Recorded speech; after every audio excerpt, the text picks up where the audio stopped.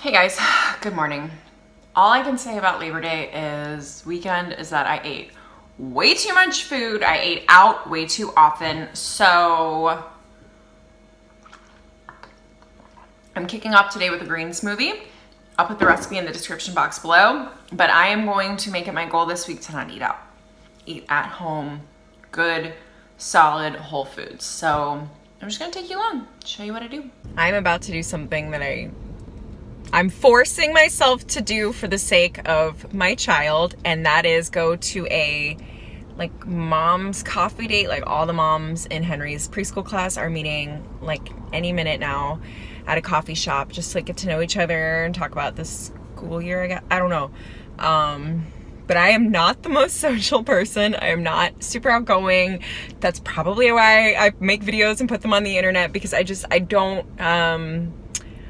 I'm like the older I've gotten, the more introverted I've gotten. So my mom's like, just go. You won't regret it. Go make friends. I'm like, I know, but like, I only have 3 hours. I don't really want to mingle with strangers. I want to do like my stuff, but I'm gonna go. I'm gonna do things that scare me for the sake of my incredibly social child. I'm gonna go make friends. Sorry, I almost forgot to show you what I'm having for lunch. It's not the prettiest plate in the world, but it works. This is I sliced up some Brussels sprouts, sauteed them with some lemon juice, olive oil, salt, pepper, a little garlic powder. Then I had already roasted up a sweet potato, and so I put about 1/3 of a sweet potato in there, maybe a little bit more. And then I just drizzled some tahini, and then I've got my crustless quiche that I always have on hand, and this one has spinach and sun-dried tomatoes. I already had one of the pieces. So again, it's kind of an odd plate, but I've got everything I need.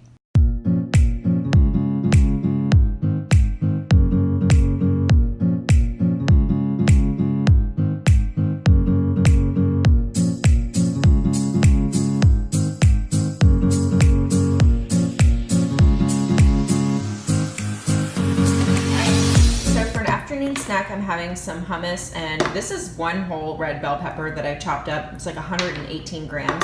And then I love this caramelized onion hummus with paprika, smoked paprika. It's so tasty. So this is what I'm gonna have as a little afternoon snack. I really like having like a fresh veggie like this in the afternoon.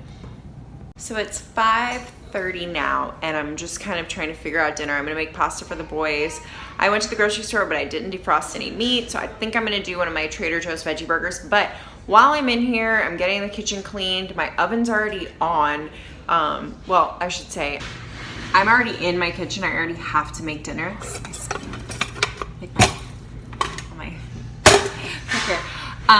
So I just went ahead and I threw some cauliflower in the oven. I set it to 400 degrees. I'll link the video of how I make my cauliflower. But I try at night when I'm in the kitchen cooking to also get some food prep that maybe is a little bit tougher for me. So the cauliflower takes a while, sweet potatoes take a while. If I need to make some chicken burgers, like if I had my chicken defrosted, I would do that. Just things to set me up.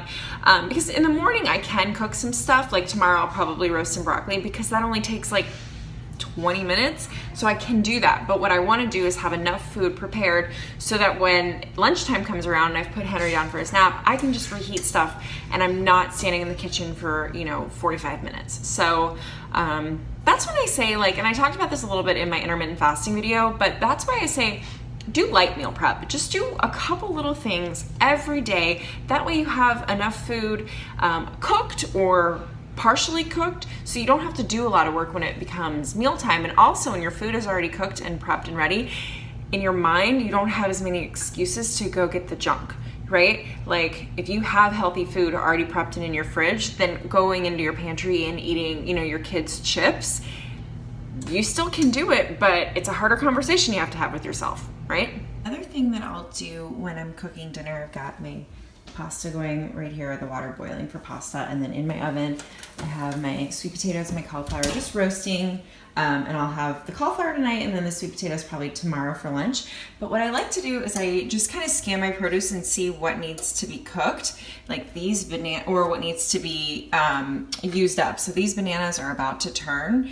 They're pretty brown, and I bought new ones today. So what I'm gonna do is I'm going to put these in, I'm gonna just kind of like break them off into chunks, so like that about that size, so like 1.5 inches-ish, I guess, 2 inches.